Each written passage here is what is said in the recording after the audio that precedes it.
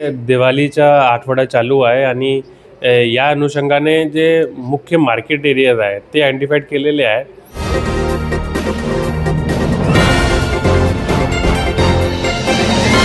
सण उत्सव असो की असो नागपूर शहराच्या लोकांसाठी जनतेसाठी पाहिजे त्याप्रमाणे पाहिजे त्या प्रकारची वाहतूक व्यवस्था व्यवस्थित करण्याचं काम नेहमी आणि सतत करण्यात येते। वाहतुकीसोबत ट्रॅफिक विभागाचे ट्रॅफिक डीसीपी लोहित मतानी सर आहेत। सर आता दिवाळी आहे, काही दिवसानंतर या दिवाळीमध्ये जी वर्दळ असते आणि काही शॉपिंग करतात वस्तू खरेदीसाठी, तर याच धर्तीवर कशा प्रकारची वाहतूक व्यवस्था करण्यात आली आपल्या माध्यमातून?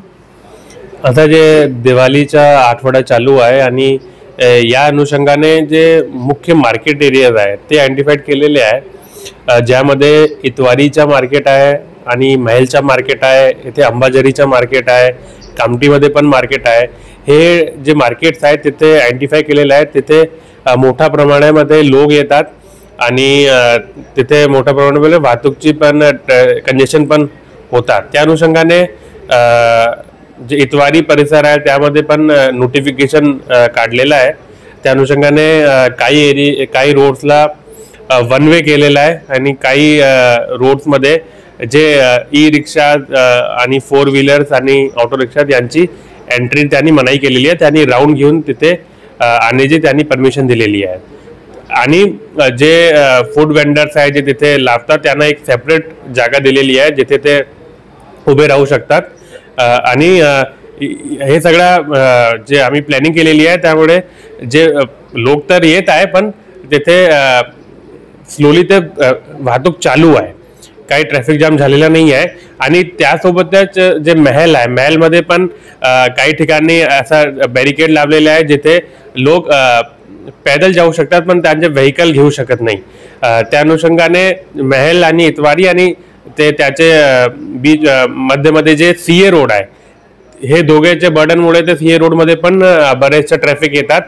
तर आम्ही काय करतो की कधी ते ट्रॅफिक लाईनमध्ये ब्लिंकरमध्ये त्यांना काढतो, प्रत्येक चौकमध्ये डिप्लॉयमेंट केलेला आहे आणि ते वॉकी टॉकीवर त्याने हे करतात, संबंध करतात। मोठ्या प्रमाणामध्ये 500 होमगार्ड्स पण आम्ही घेतलेले आहे।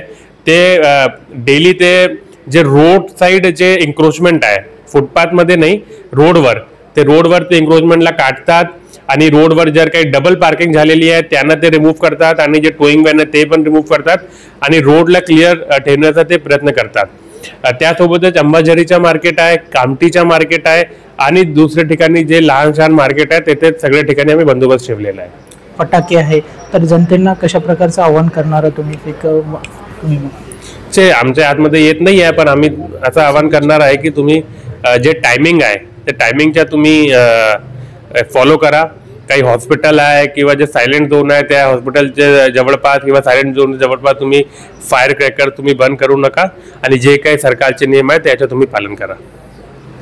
तर अशा प्रकारचा नागपूर शहरामध्ये पाहिजे त्या ठिकाणी महाल असो किंवा कामठी आणि इतर क्षेत्रात पाहिजे त्या पद्धतीनं वाहतूक व्यवस्था सुरळीत आणि एकंदरीत वन वे सुद्धा करण्यात आली अशी सुद्धा एक खबरदारी वाहतूक विभागाच्या माध्यमातून करण्यात आली आहे।